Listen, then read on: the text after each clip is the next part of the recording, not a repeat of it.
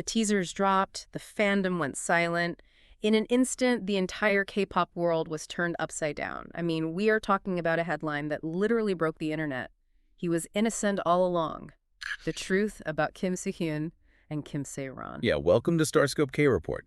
Join us as we ride the Hallyu waves, uncovering the biggest K-pop comebacks, shocking industry controversies, and major K-drama updates. From internet-breaking rumors to historic chart milestones, we dive deep into the world of Korean entertainment. And for today's deep dive, our mission is to unpack exactly what happened in this unprecedented controversy.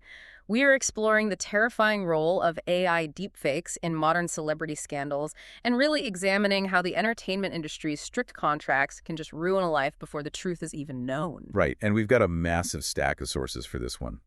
We're looking at academic research by In-Kyu Kang on the history of morals clauses, alongside on-the-ground reporting from the Korea Times, E-Daily, Koreaboo, the Straits Times, and of course the official police statements. Yeah, so to you, listening right now, even if you don't follow K-pop or K-dramas, I mean, stick around, because this story is a literal masterclass in how quickly digital misinformation can destroy a reputation. Absolutely. It's a crisis of truth that is basically coming for all of us. Okay, so let's unpack this. To understand the explosion, we really have to look at the origin of the rumors. And our timeline starts back in March of 2024. Right, when actress Kim Sae-ron posted, and then almost immediately deleted, a close-up photo on Instagram of herself with actor Kim Soo-hyun. Yeah, and for anyone who might not be deep into the K-drama scene, how big of a deal is Kim Soo-hyun? Oh, to call him an A-lister almost undersells it. I mean, he's basically a foundational pillar of the Hallyu wave. Right, the Hallyu wave being the global explosion of South Korean pop culture, like the music and the dramas taking over the world. Exactly that.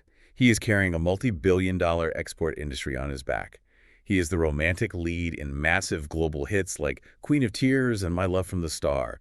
He's one of the highest-paid actors in the world. So when a photo like that drops out of nowhere, the internet just goes wild with dating rumors. But his agency, Gold Medalist, strongly denied it right away. They stated the photo was likely taken years prior when both actors were under the same management and that the dating rumors were entirely baseless. Which brings us to the deeply tragic context of the other person in that photo. We have to look at the immense pressure Kim Sae-ron was under. Yeah, it's heartbreaking. She was once this incredibly promising 24-year-old actress, but she was suffering a severe career slump. She had massive financial pressure following a 2022 drunk driving incident. And from what I understand about the Korean entertainment industry, a DUI isn't just a PR nightmare. The financial mechanisms of their contracts are incredibly punitive. She was facing a breach of contract penalty of 700 million won, which is roughly $500,000. I mean, how does a single incident trigger a $500,000 fine? Well, it comes down to the cascading effect of liability. When a star is involved in a scandal, the brands they endorse demand immediate refunds. Production companies demand money to cover reshoots or delays. And the agency just passes that entire financial burden directly onto the artists. So she was facing the staggering debt, and her ability to work and earn money was completely frozen by the industry. She was basically forced into an indefinite hiatus. Right. It was an unbearable amount of pressure. And tragically, in February 2025, which eerily fell on Kim Soo-hyun's birthday, she took her own life. It was a devastating loss. The whole industry mourned. But then, a month later, in March 2025, the controversy just explodes. The narrative is violently hijacked. Yeah, a far-right YouTube channel called Hover Lab, which is run by a guy named Kim Sae-ron, held a press conference along with Kim Sae-ron's family lawyer, and they dropped an absolute bombshell. Right. They alleged that Kim Soo-hyun had groomed her. They claim the two had been dating for 6 years, starting in 2015 when she was just 15 and he was 27. And they didn't just make the claim. They released what appeared to be undeniable proof. They showed text messages and a military letter he supposedly wrote. They even publicly blamed Kim Soo-hyun's alleged financial pressure for her death. Okay, let me play devil's advocate for a second here. Because in an industry where paparazzi literally track license plates and camp outside dorms, how did the public just blindly buy that a megastar hid a relationship with a minor for 6 years? It's all about the psychological mechanics of leaked digital media.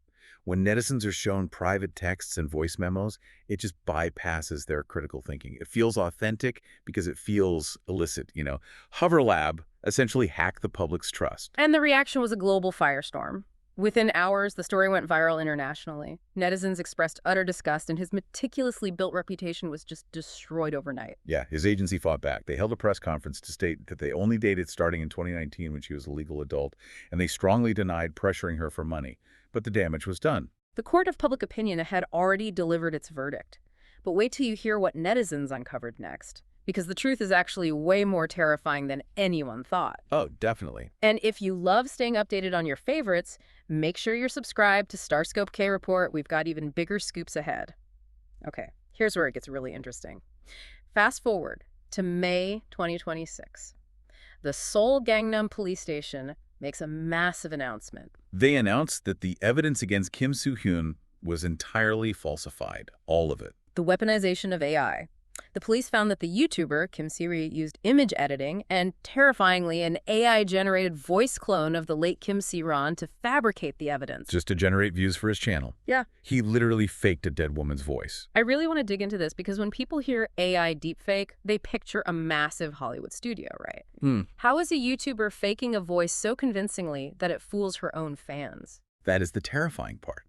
You don't need hours of clean audio anymore. With open-source tools, just a clean 3-second clip from an old Instagram Live is enough to map the specific cadence and timbre of someone's voice. He just typed out a script, and the software rendered it. Wow, it's like a hyper-contagious digital virus. I mean, it infects the public consciousness so quickly that the actual police truth arrives months too late to save the patient. That is exactly what happened. Kim Soo-hyun was arrested, and the family's lawyer was booked as a suspected accomplice. But I have a big pushback here. If this damning evidence was just a rumor from a gossip channel, why didn't the multi-billion-dollar entertainment industry wait for the police investigation before completely abandoning him? Well, we connect this to the bigger picture.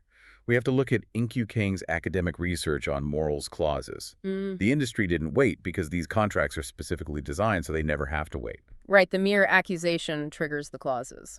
Exactly. Yeah. Despite the police eventually clearing him, Kim Soo-hyun faced over $21 million in damages. That's 30 billion won. He lost major brand deals, and the brand Classies even seized his luxury Galleria Forward apartment. And his highly anticipated $40 million Disney Plus drama, Knockoff, was shelved indefinitely. Completely shelved. Kang traces this all the way back to 1921 to a silent film star named Roscoe Fatty Arbuckle. Oh, right. Arbuckle was completely acquitted of manslaughter by a jury, but the media frenzy had already ruined his career. Yeah, the 1920s media did exactly what Hoverlab did, and that historical scandal is what birthed the modern morals clause. Studios needed a mechanism to protect their investments from public backlash before guilt is even established. Which brings up Kang's specific analysis of South Korea's cultural industry today. He describes it as the McDonaldization of K-entertainment. Which sounds a bit harsh, but it's accurate. The industry relies on highly controlled, meticulously crafted public personas. It's like a fast food franchise, engineered for maximum global appeal and predictability. Right, so because these images are manufactured, they are incredibly fragile. They are selling a flawless parasocial relationship. So when a scandal hits, the illusion is broken. Exactly. And Kang notes a huge empathy gap here. These clauses disproportionately punish the talent, even when they are victims. We saw it with cases involving other stars like Lee Sun-kyun, who took his own life after a drug probe despite negative tests, and with Kim Sae-ron herself. The brands just prioritize corporate risk over human reality. And later in the episode, we'll talk about the shocking plot twist in this comeback that nobody saw coming. Yeah, it's a complicated situation. But first, hit that subscribe button so you never miss a KT update. Okay, let's transition to the present day, July 2026. Kim Soo-hyun is taking his first steps back into the spotlight. Right, after 16 months of inactivity, he shot a commercial for the Philippine fashion brand Bench in Manila. And the industry reaction is super divided. He has reportedly received around 40 film and drama offers. His legal team emphasizes that returning to a normal life and restoring his dignity is the top priority. Yeah, and some insiders believe he can bounce back because his talent is proven and his innocence is legally established. So what does this all mean? Because there is a very vocal opposing view. Some industry insiders argue that there is a serious romance problem now.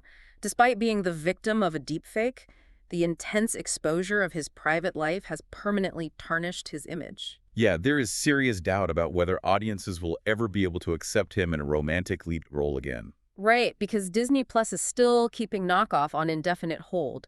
They are waiting to see if public trust actually returns. And you see this in the fan reactions too.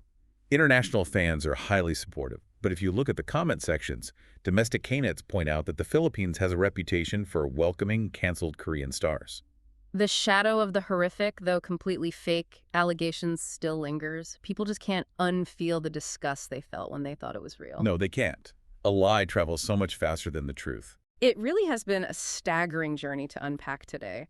From a tragic death and horrifying allegations to the terrifying reality of AI voice cloning and the ruthless efficiency of corporate morals clauses that just punish the innocent. Yeah, and the internet's memory is incredibly long. The initial lie almost always hits harder. And there's a chilling final thought we need to leave you with to mull over. Definitely. I mean, if a wealthy, powerful superstar with a massive legal team can have his life, his career, and his finances effectively seized based on an AI-generated voice clone from a YouTuber, what protections exist for ordinary people against the weaponization of artificial intelligence in our daily lives? You've been listening to StarScope K-Report, where Eric and Minji bring you the stories shaping K-pop, K-dramas, and the global Hallyu wave. Thanks for tuning in, and don't forget to subscribe for more stories that keep the stars shining.